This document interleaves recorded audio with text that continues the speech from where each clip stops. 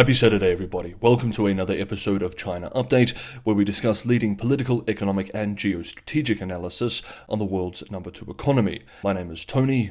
Let's jump in. And first up, we continue our ongoing coverage of the US-China trade conflict.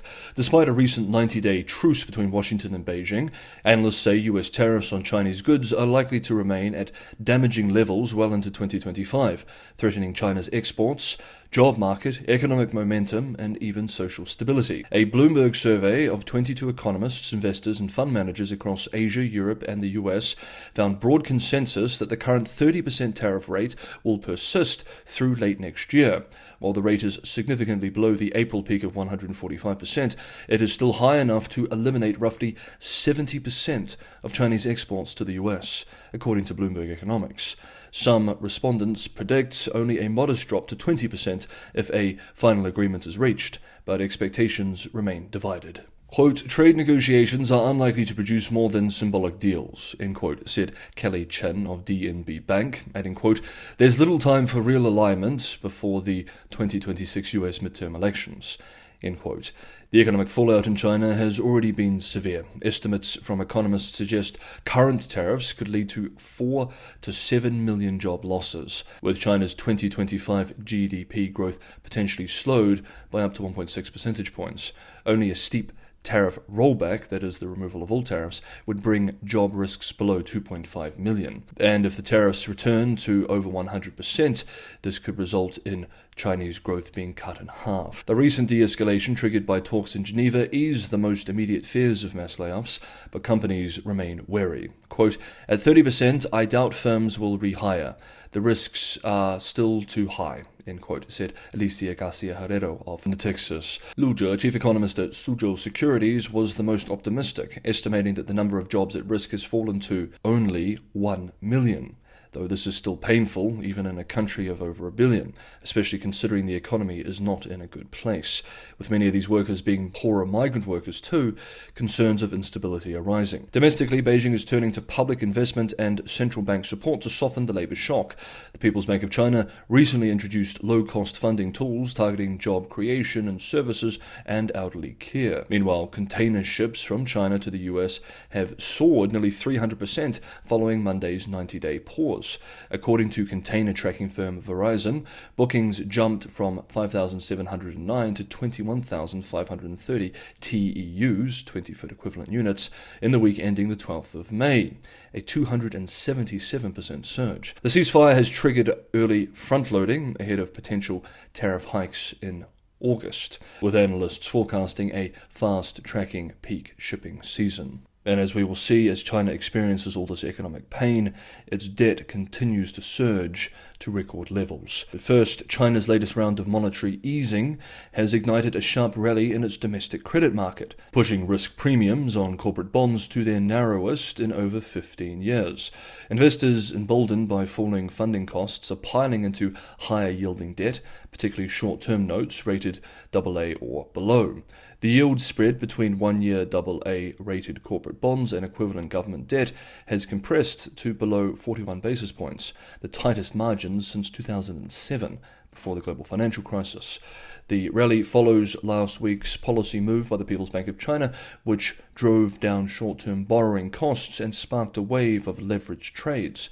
Quote, funding costs have fallen significantly recently, and leveraged trading by institutional investors has peaked upstream, end quote, said Guan Nanzhou, chief fixed income analyst at Huachuang Securities. Securities firms and mutual funds are leading this trend, she added. Analysts note that short-dated, lower-rated bonds are especially attractive due to their higher yields and reduced duration risk. However, with risk premiums already at historic lows and stimulus expectations dampened by the recent US-China trade truce, further gains may be limited.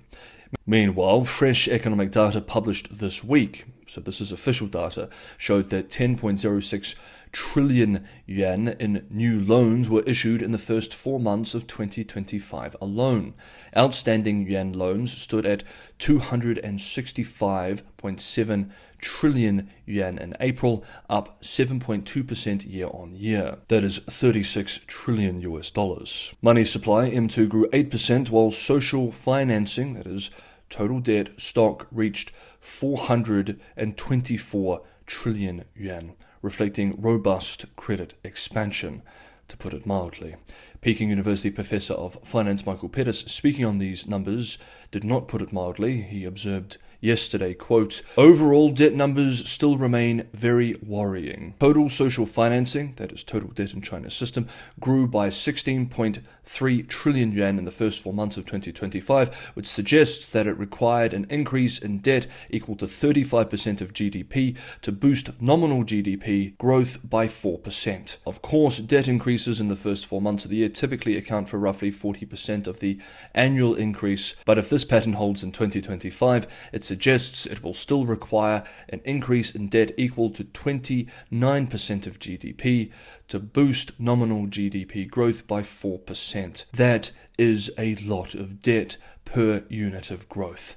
At the end of April, outstanding total social financing was equal to 424 trillion, or just over 309% of China's GDP, a roughly 9 percentage point increase from April of last year."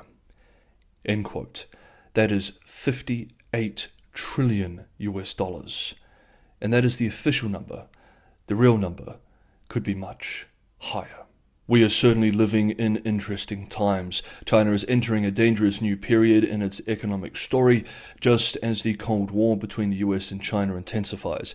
If you want to be on top of all the most important, salient, and consequential developments related to these stories as we move into what will be a very eventful year, consider subscribing to China Update, hit the bell notification icon, and you will be. If you're getting some value from today's episode of China Update, don't forget to hit the like button, and if you'd like to help keep China Update financially sustainable, I rely primarily on subscriber support to keep going. This is a fully independent one-man YouTube channel. Patreon and Buy Me a Coffee links are in the description below. And finally for today, we move to the US-China technology competition. The intensifying technological rivalry between the US and China has entered a new phase, with both countries escalating efforts to control the flow and use of advanced AI chips. While the US and her allies still enjoys a sizable lead, Beijing is pouring massive resources into closing that gap.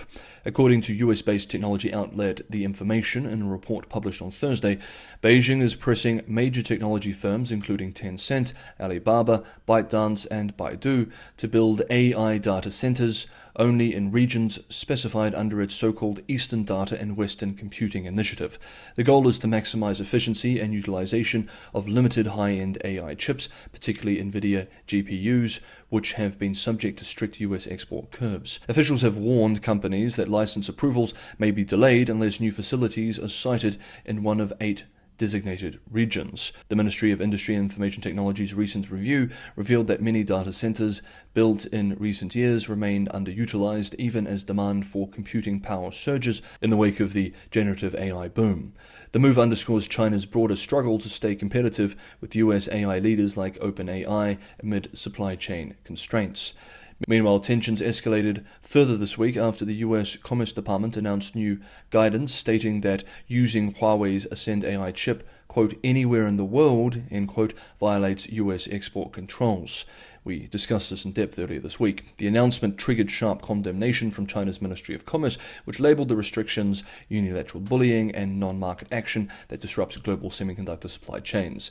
Very much the boilerplate response from Beijing. Meanwhile, the Trump administration's assertive push to finalize AI cooperation agreements with Gulf nations, particularly Saudi Arabia and the United Arab Emirates, something which we've discussed in depth this week on my other channel Market Update, has sparked internal debate within Washington over national security implications. These deals, which aim to deepen technological collaboration and provide Gulf countries with access to cutting-edge US AI chips and infrastructure, are intended to counterbalance China's growing influence in the region.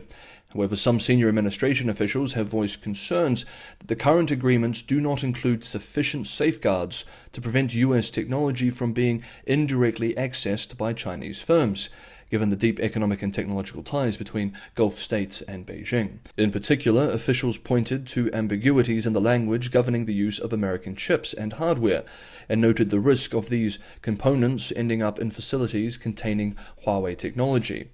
One contentious episode arose during negotiations with Saudi Arabia, where officials reportedly suggested that US chips could be deployed in data centers already outfitted with Huawei hardware, a proposal immediately rejected by US negotiators, but later reconsidered in internal discussions. The episode fueled anxiety among national security hawks, who see any tolerance of Huawei infrastructure as incompatible with Washington's broader effort to contain China's technological rise. Meanwhile, NVIDIA is moving forward with plans to establish a research and development center in Shanghai, aiming to preserve its position in China's booming AI market despite tightening US export controls. CEO Jensen Huang reportedly discussed the initiative with Shanghai's mayor last month.